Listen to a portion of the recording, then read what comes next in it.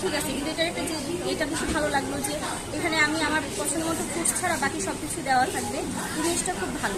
অনেক সময় দেখা যায় যে আমরা জেলিটা ব্যবহার করতে গিয়ে বা ওই যে ভিতরে যে ইয়েটা থাকে আপনাদের আগার আগার পাউডার বা এই জিনিসগুলো জেলি আর কি, জেলি কথা বলছি। জেলি জিনিস সেটা আর কি নিজেদের আলাদা করে বানাতে হয়, কিন্তু এখানে যেহেতু ভিতরেই আছে এই জন্য আমার কাছে ভালো লাগছে যে না ঠিক আছে। দেখা যায় আমি শুধু একটা গরম করে আমি জাস্ট মিক্স করে আমি খেয়ে নিতে পারবো। আচ্ছা, মানে ওভারঅল এখন তো ফালুদা বানানো অনেক সহজ মনে হচ্ছে হয়তো আপনার কাছে, মানে আগে কি বানাইছেন কখনো বাসায় ফালুদা? বানিয়েছি,